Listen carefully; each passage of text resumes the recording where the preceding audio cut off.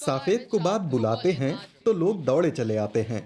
इस बार 30 लोग आए, 7 से 77 साल की उम्र के। कुबात अपनी पहल की कामयाबी से खुश हैं।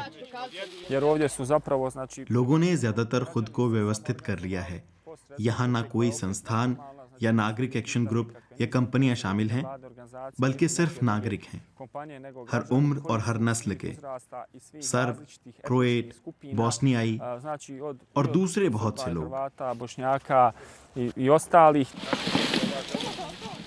इस बार बोस्ना नदी के तट पर काम चल रहा है, वो नदी जिसने इस देश को नाम दिया है। ये प्राकृतिक स्वर्ग है। पहली नज़र में तो यही दिखता है, लेकिन ज़रा करीब जाकर देखें तो दूसरे किनारे पर पुराने टायर पड़े दिखते हैं। प्रकृति तो जल्दी से कमोबेश सब कुछ ढांप लेती है, लेकिन मलबा और कचरा नीचे कहीं लंबे समय तक बना रहता है। ये वहाँ जितनी देर बना रहेगा, इसे बाद में साफ करना उतना मुश्किल होगा। बोस्निया के गांवों में कचरा बड़ी समस्या बन गया है और लोग भी तंग हो गए हैं। हमारी नदियाँ वाकई गंदी हैं। फैक्ट्रियाँ अपनी सारी गंदगी उनमें गिरा देती हैं।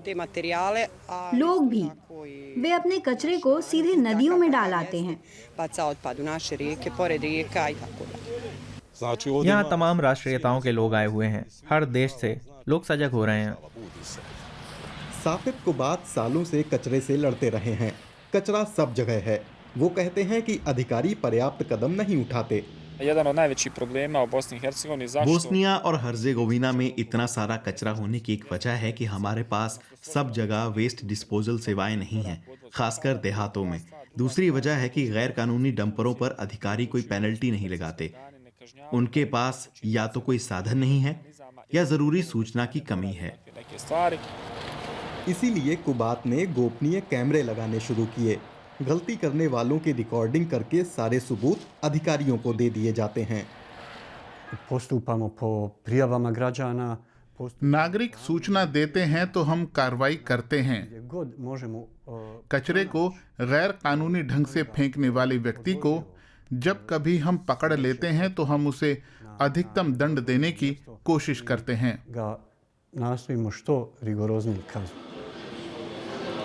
कुबात कहते हैं हमेशा ऐसा नहीं होता। जागरूकता लाने का उनका मुख्य जरिया है इंटरनेट। 2020 में उन्होंने बी द चेंज नाम से फेसबुक ग्रुप शुरू किया था। उसकी उपलब्धियां गौर करने लायक हैं। पूरे देश में अभी तक 3,500 से ज़्यादा स्वच्छता अभियानों में 20,000 से ज़्यादा लोग शामिल रहे हैं। अलग अलग जातीय समूहों वाले बोस्निया में लोग हर कहीं खुद को संगठित कर रहे हैं, क्योंकि वे मानते हैं कि अधिकारी अपनी जिम्मेदारी पूरी नहीं कर रहे हैं। एक बार प्रकृति और पर्यावरण फिर से सुंदर हो जाएं, तो लोग यहाँ आराम करने आ सकते हैं। अगर पश्चिमी यूरोप ऐसा कर सकता है, तो बोस्निया क्यों नहीं? अब कचरा प्रबंधन जैसी संस्थाएं भी जुड़ने लगी हैं। यहाँ तमाम लोग फंड और आधुनिक उपकरणों की कमी झेल रहे हैं। कुबात की मदद से ट्रैश कॉम्पैक्टर आ गया है। अब बारी है कचरा छांटने की।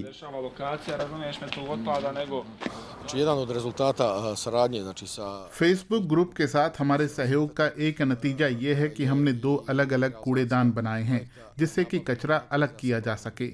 ये एक शुरुआत है। याद रहे, आमतौर पर पूरे देश में नागरिकों के बीच पर्यावरण जागरूकता बहुत ही कम है।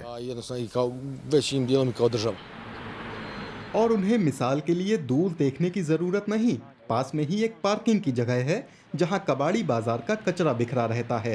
हर हफ्ते उसकी सफाई होती है, लेकिन वो फिर से वैसा हो जाता है। देखिए, हमें पर्यावरण के प्रति जागरूकता पैदा करने के लिए और काम करना पड़ेगा। हम चाहते हैं कि लोग इकोलॉजी को समझें और इस समस्या को मानवीय ढंग से समझें। खासकर ये भी जानें कि पर्यावरण की देखरेख के मायने क्या हैं। बोस्ना के किनारे उन्हें सफलता मिल रही है। युवा अपनी पूरी ऊर्जा झोंक रहे हैं।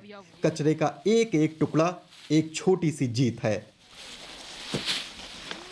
उस कचरे का ढेर खड़ा कर देने में उन्हें ज्यादा समय नहीं लगता। आगे का काम अधिकारियों का है, जो उसे उठवा लेते हैं।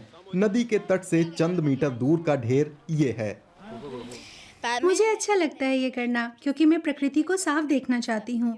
घर से निकलकर मुझे लगता है सब कुछ सुंदर होना चाहिए, हरा भरा और कूड़े से मुक्त।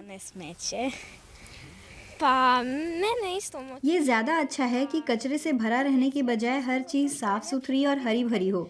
मुझे खुशी है कि आज हम थोड़ी तो सफाई कर पाए, उस कचरे का आधा ही सही जो यहाँ पड़ा था। और इस तरह बोस्ना के किनारे एक नई पर्यावरण जागरूकता जन्म ले रही है।